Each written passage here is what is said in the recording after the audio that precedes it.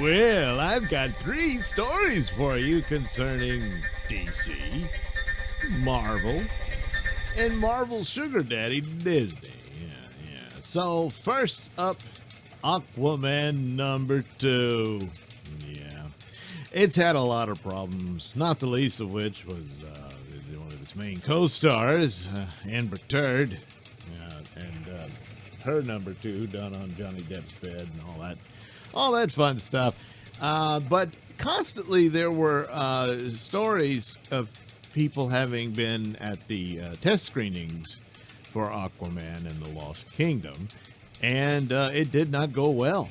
Now, at this point, yeah, you got to question some of it because apparently The Flash was the one movie of the remaining DCEU films that scored fairly well. And then it finally gets here, and it seems to be the biggest bomb of the batch.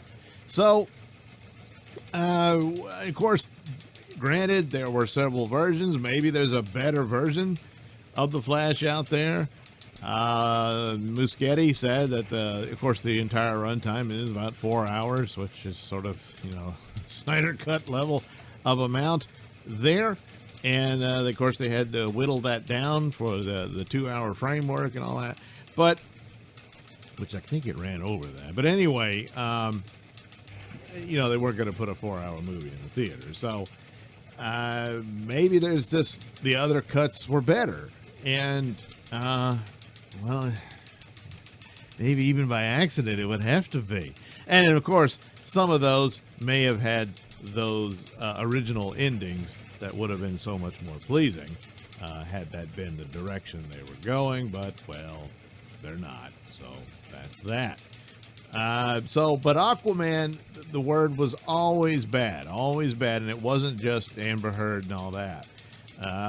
And never heard anything positive about it other than that the relationship between Aquaman and his brother Orm, performed by Jason Momoa and Patrick Wilson, of course, was the best part about it. That back and forth between them and the reluctant alliance that they formed to take on Black Manta performed well, and that was the only positive there.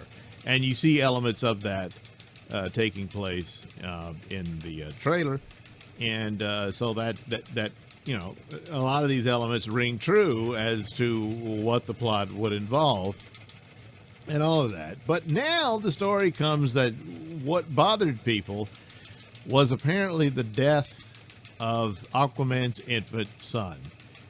We briefly see the child in the trailer, and we see that the plot of Black Manta is to get revenge for the death of his father. Wasn't directly Aquaman's fault, but basically they begged him for help and he refused and left him there. so Black Manta's got quite the axe to grind, And so he spells out his whole plot is, to destroy everything Aquaman holds dear. And of course, his new baby, that would go a long way to, getting Black Manta's revenge. And the thing about it is, this is comic book accurate. That did indeed happen. Way back when, I think it was in the late 70s, I believe, or maybe it was early 80s, somewhere in that neck of the woods, where Black Manta pretty much cemented himself as the ultimate Aquaman villain. Every superhero has one. Superman's got Lex Luthor, Batman's got the Joker, Spider-Man's got Green Goblin, stuff like that. For Aquaman, it's Black Manta. So, and you do something like that, and but the average audience, they killed a baby, and so maybe that might have gone a long way into it. So I'm a bit conflicted on this. I don't know how it's handled. I doubt that it would be gratuitous, that you actually see the child being killed. I think there's laws against that sort of thing, even if it's CGI. Obviously they're not going to kill a baby on the screen, but I mean, you know what I mean. You can't depict it directly in your films or what have you. But apparently the plot leak now is that he needs the child's blood for a ritual to resurrect the lost kingdom that he would use as sort of a, I don't know, I guess an army of the dead to destroy Atlantis, you know. But I thought that the plot involved that Aquaman needed their help in taking on Black Manta. So maybe it's like a contest between the two of who can get control of the Lost Kingdom. I don't know. But ultimately, it doesn't really even need that. I mean, he wants revenge. So if he attacks, and it looks like his father's home is in flames, and I would expect that that's the end of Aquaman's daddy, certainly. And if he was, babysitting his grandson, and neither of them survive, then there you go. That could be how they handle it, and it's just Black Manta wants revenge, and so he does that. But he's not stopping there. He wants all of the Atlanteans to pay and be destroyed. So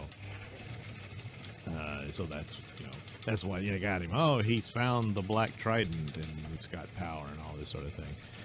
And but whether or not he really needed the baby's blood for that, remains to be seen. But nevertheless, more than likely, yes, the child in a cut died. They may have reshot that, and that is no longer the case, because the trailer, it has the sinister moments of the threat of Black Manta in it, but a good bit of it is kind of this silliness comedy routine between the two brothers and that sort of thing, and it sounds like James Wan was just exhausted with the constant shuffling of the deck there. Warner Brothers never knew whether he was coming or going, and I think he's probably had enough of superhero movies, and that's perfectly understandable. Meanwhile, his Conjuring universe is still performing, so I guess he can always fall back on that if he wants to do that, or try something else. But anyway, that could explain the bad reception to Aquaman #2. The Lost Kingdom. And so that's the last gasp of the DCEU. Yeah. Meanwhile, over at Marvel, oh boy, they've got the Marvels coming.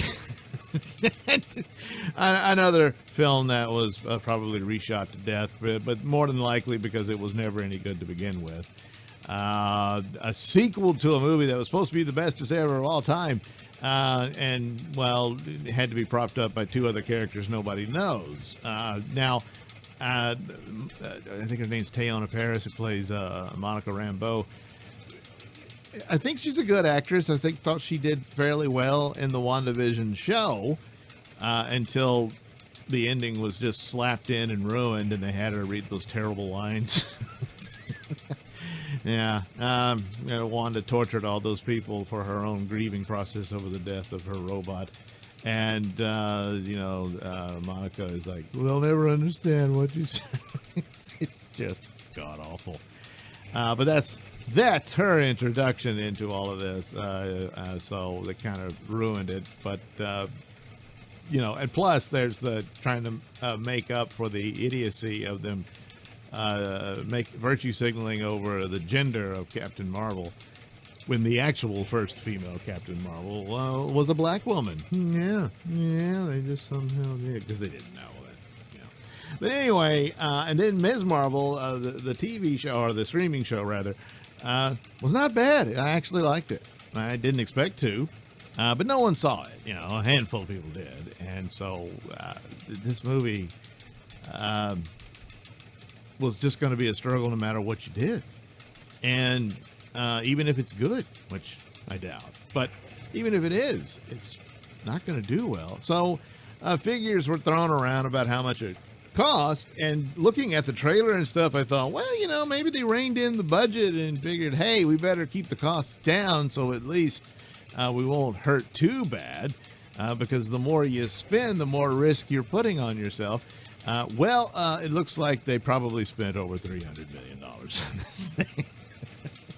Now, the actual figure, the latest one, is a little bit over $270 million, but and you certainly don't see it in the trailer or anything. And some of the promos, the few that they've done, look really cheap.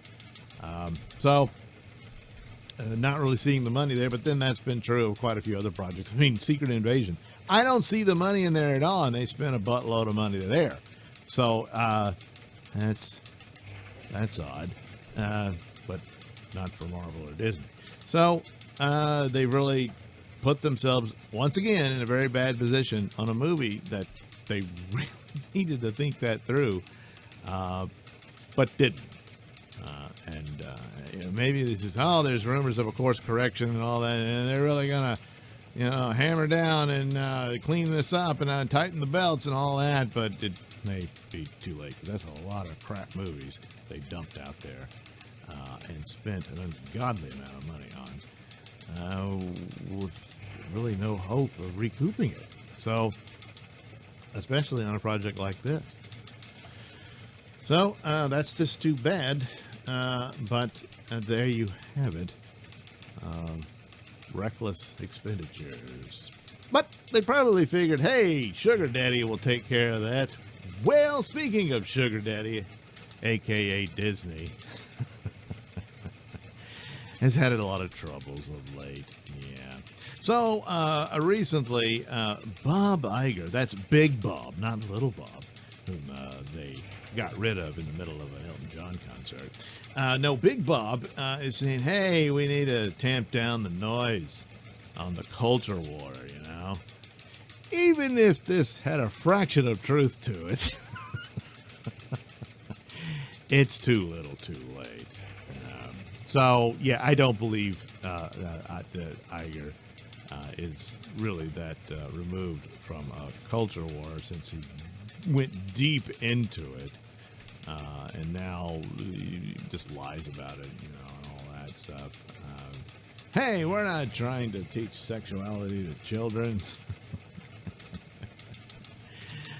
Have you been to Bibbidi Bobbidi Boutique? Yeah. Anyway, no, I don't believe that at all. But, it mentions it to try to calm nerves and whatnot, or an attempt to polish the turd for sale. And say, hey, once again, we're going to correct course and fix things and get things in order and try to get some hits, and then say, hey, come and get it. Meanwhile, try to salvage the theme parks, which have gone into disarray.